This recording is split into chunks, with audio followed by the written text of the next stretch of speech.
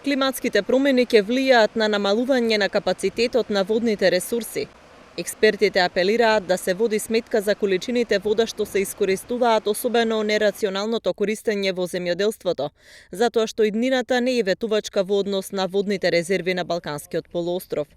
Универзитетскиот професор Душан Спасов вели дека постојат неколку начини да се контролира искористувањето на водите, а една од нив е инвестиција во системите капка по капка. Може би се уште е рано да кажеме дека се јавуваат некои класични климатски промени, но се случува да количината на врнежи кај нас да бидат во пократок период. Може би ние на годишно ниво имаме иста количина на врнежи,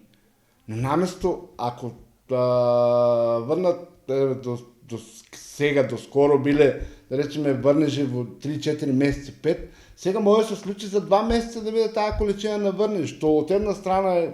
опасно заради поплави и други причини, а од друга страна што ако ние не сме подготвени, значи нашите акумулационни системи не се подготвени, не можеме ние да акумулираме доволно количина на вода која што паѓа за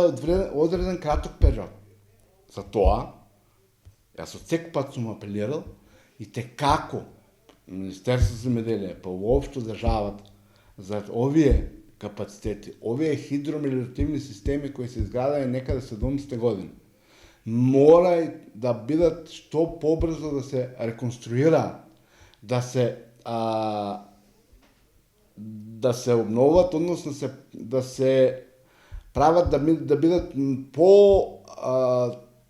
да нема повеќе загуби од вода.